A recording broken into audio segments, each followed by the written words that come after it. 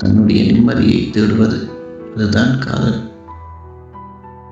சாப்பிட்டாயா என்ற சிறு கேள்விகளுக்குள்ளும், பத்திரமாக போய்விட்டு வா என்ற அக்கறைகளுக்குள்ளும், நான் இருக்கிறேன் என்ற நம்பிக்கைகளுக்குள்ளும் அமைதியாக வாழ்ந்து கொண்டிருப்பதுதான் காதல். உண்மையில் காதலுக்கு இலக்கணம் இல்லை. ஏனெனில் ஒவ்வொரு இதயமும் காதலை வெவ்வேறாக உணர்கிறது. சிலருக்கு காதல் என்பது அரவணைப்பு, சிலருக்கு அது புரிதல், சிலருக்கு அது தியாகம், இன்னும் சிலருக்கு பலி தந்து விட்டு செல்ல முடியாத ஒரு பழக்கம். காதல் சிலருக்கு அரவணைப்பு, சிலருக்கு அது புரிதல், சிலருக்கு அது தியாகம், இன்னும் சிலருக்கு பலி தந்து விட்டு செல்ல முடியாத ஒரு பழக்கம். தற்போதைய காலத்தில் பல காதல்கள் உணர்வுகளை விட தேவைகளின் மீது நிற்கிறது.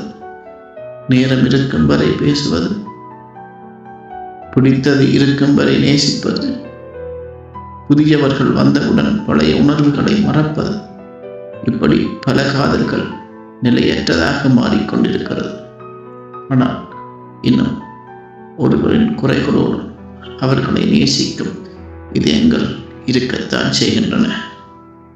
சண்டைக்கு பிறகு சாப்பிட்டாயா என்று கேட்கும் அன்பு இருக்கிறது.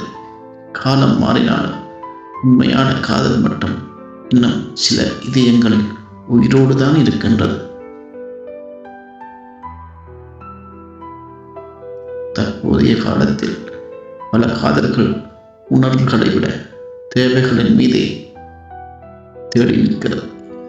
நேரம் இருக்கும் வரை பேசுவது, பிடித்தது இருக்கும் வரை நேசிப்பது, புதியவர்கள் வந்தவுடன் பழைய உணர்வுகளை மறப்பது, இப்படி பல காதல்கள் நிலையற்றதாக மாறிக்கொண்டிருக்கிறது.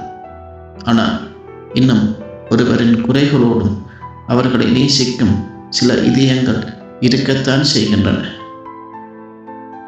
ஒரு சண்டைக்கு பிறகும் சாப்பிட்டாயா என்று கேட்கும் அன்பு இருக்கிறது.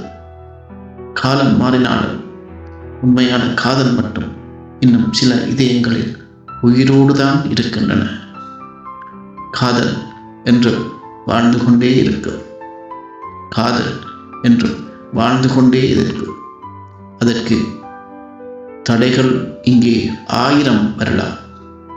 அதற்கு தடைகள் இங்கே 1000 வரலாம். துன்பங்கள் அதை சூழ்ந்து நேரலாம். துன்பங்கள் அதை சூழ்ந்து நேரலாம். ஆனால் இரு இதயங்களின் அன்பு என்றும் நீடித்து கொண்டே இருக்கும். ஆனால் இரு இதயங்களின் அன்பு என்றும் நீடித்து கொண்டே இருக்கும். காதல் இல்லாமல் இந்த உலகே இல்லை. காதல் இல்லாமல் இந்த உலகே இல்லை. ஏன் எந்த உயிர்களும் இல்லை. ஏன் எந்த உயிர்களும் இல்லை. நன்றி.